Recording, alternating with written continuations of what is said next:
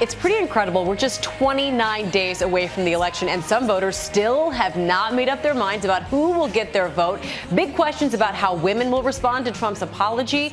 With time running out, these debates are taking on even more significance. Here's what voters had to say. The candidates missing their mark to win over some undecided voters. The debate even ending with this undecided voter trying to break up the fighting. Regardless of the current rhetoric, would either of you name one positive thing that you respect in one another?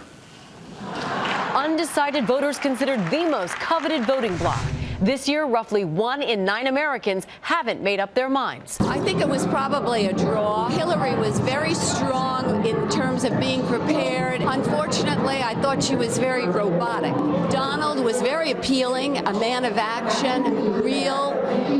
Definitely came across as a change agent. At watch parties we visited across the nation, in D.C., New York, and St. Louis, many voters on the fence say the debate did little to convince them. It's like tit for tat, like who can hit lower. Even after a weekend of revelations about Trump's lewd comments caught on tape. And when you're a star, they let you do it. You can do anything. Some women we spoke with still backing him for now. I don't know if this debate really pushed me one way or the other. I think I am still for Trump, despite the apologies that haven't been quite fully apologetic. Other women disagree. I think he's a jerk. He is who he is. He can't help it. He just is. What comes out of his mouth is him. Trump and Clinton are the two most unpopular presidential candidates in polling history, and some voters say they just can't stomach the choice. And some of those undecideds will likely hold on to the bitter end. Studies have shown about 5% of voters make up their mind on Election Day. George, back to you. Amy, thanks very much. Cokie and Matt are back. And Cokie, let me begin with you. These last holdouts are the hardest voters to reach. They're generally paying the least attention to the race. They generally care the least about it, like the candidates the least. So how do the candidates reach them? They probably don't in the end, and a lot of these voters probably won't vote because really, if you haven't decided at this point in this election, when will you decide? Mm-hmm. Now, it's possible, as you heard in those sound bites from the voters, that some of them really are leaning one way or the other, and it's possible they can be leaned the other direction by the Trump tape if other things come out.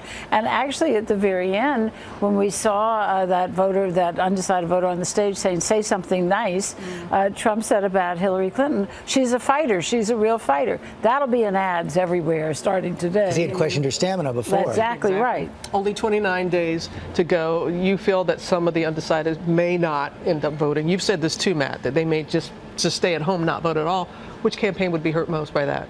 Donald Trump's campaign would be hurt the most. When you're behind, you need everything to break in your way in the final 29 days of this. The problem for undecided voters today, as we've gotten to this point, is 80 to 85% of them don't like and don't trust either one of these candidates. When they're fixing to make a decision based on that, the likelihood is that they won't vote or they'll vote for a third party. So I expect most undecided voters either to stay home or break for one of the other parties in this. The two campaigns right now in the final 20 days are concentrating on their supporters. They want to motivate and make their supporters as enthusiastic as possible. They're not focused as much on undecided. And this is an underappreciated fact, and especially on the Democratic side, they actually know where every single voter is and where they're leaning right now. Yeah. Oh, and when we've watched these when we've watched these campaigns develop, it's called micro-targeting. You basically know the person. It's not just you know a neighborhood. You know the person. You know Jane Jones or Mark Smith or whatever in a neighborhood, and you know if they're leaning heavily towards you or if they're slightly heavily towards you. They're going to concentrate on that.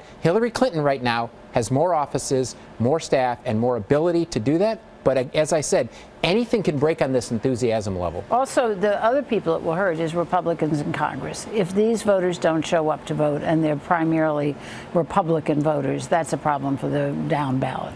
That is something to keep in mind.